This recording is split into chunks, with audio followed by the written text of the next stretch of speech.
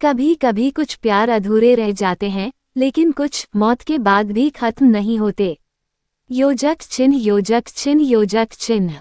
एक गांव का रहस्य। उत्तराखंड के एक पहाड़ी गांव घाटीपुर में एक वीरान हवेली खड़ी थी।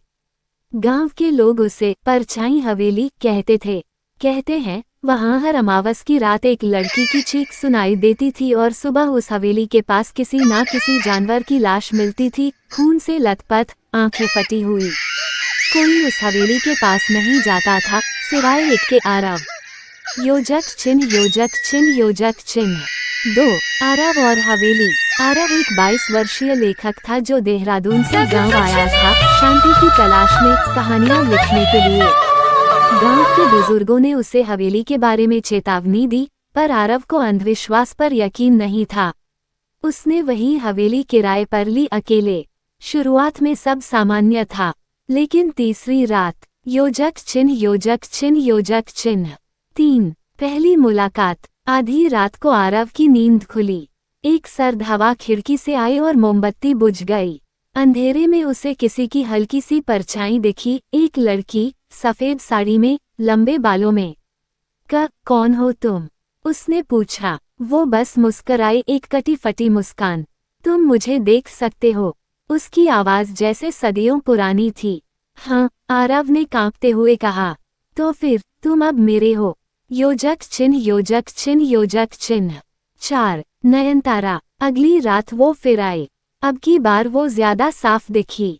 नाम बताया, नयनतारा। गोरी, सुंदर, लेकिन उसकी आंखों में गहरा अंधकार था। वो हर रात आती, आरव से बातें करती, उसकी कहानियां सुनती, उसके बालों में उंगलियां फिराती। धीरे धीरे आरव को नयनतारा की आदत हो गई। उसे इस रहस्यमयी लड़की से प्यार होने लगा। योजक चिन्ह योजक चिन्ह योजक चिन्ह। 5 प्यार और डर। आरव अब हवेली से बाहर कम ही जाता था। उसकी आंखों के नीचे काले घेरे बन गए थे। गांव वाले परेशान थे, पर वो किसी की नहीं सुनता।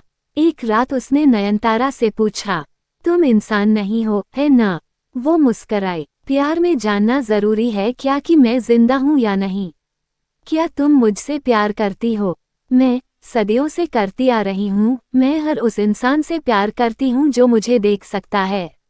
योजक चिन्ह योजक चिन्ह योजक चिन्ह।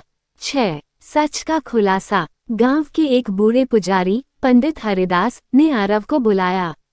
बेटा, तुम जिससे बात कर रहे हो वो नयनतारा है, इस गांव की बेटी थी। 100 साल पहले एक जमींदार ने उसके साथ बलात्कार कर उसे मार डाला। उसकी आत्मा तभी से भटक रही है। वो हर 100 साल में किसी पुरुष को अपना बनाती है, फिर उसकी आत्मा को कैद कर लेती है। आरव ने हंसते हुए कहा, ये सब पागलपन है। पंडित जी बोले, अगर तुम नहीं माने तो अगली अमावस की रात तुम जिंदा नहीं रहोगे। योजक चिन्ह योजक चिन्ह योजक चिन्ह। 7 अमावस की रात। अमावस की रात आई। हवेली में तेज हवाएं चल रही थीं। मोमबत्तियां अपने आप बुझ रही थीं। नयनतारा पहले से ज्यादा खूबसूरत और डरावनी लग रही थी। आज आखिरी रात है आरव। उसके बाद हम हमेशा के लिए एक हो जाएंगे। कैसे? आरव ने डरते हुए पूछा। मैं तुम्हें मार दूंगी, लेकिन तुम्हारी आत्मा मेरी होगी। प्यार का यही असली रूप है, अमर आत्मा का बंधन। योजक चिन्ह योजक चिन्ह योजक चिन्ह। 8 बलिदान। आरव ने पहले से सब सोच रखा था।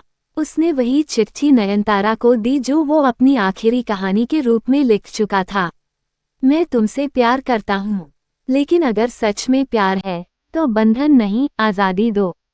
नयनतारा की आंखों में आंसू आ गए। कभी किसी ने मुझसे ये नहीं कहा। उसने आरव को देखा और पहली बार खुद को शीशे में देखा। वो एक राक्षसी आत्मा बन चुकी थी। मैं तुम्हें छोड़ देती हूँ, लेकिन मेरा प्यार तुम्हारे साथ रहेगा अगले जन्म तक। धीरे धीरे वो धुआं बनकर हवेली में लिपट गई। योजक चिन्ह योजक चिन्ह योजक चिन्ह। 9 आज। आरव आज भी जिंदा है। उसने परछाई का प्यार नाम से एक किताब लिखी, बेस्ट सेलर बनी। लेकिन वो कभी शादी नहीं कर पाया। हर अमावस की रात वो हवेली की ओर देखता है और मुस्कराता है, क्योंकि वो जानता है नयनतारा आज भी वहां है, उसकी परछाई बनकर। योजक चिन्ह योजक चिन्ह योजक चिन्ह। एंड अंत। योजक चिन्ह योजक चिन्ह योजक चिन्ह। बल्ब क्या आप चाहेंगे इस कहानी का PDF वर्जन या इसका screenplay short film dialogue format या अगली कड़ी पार्ट 2? बस बताए और मैं बना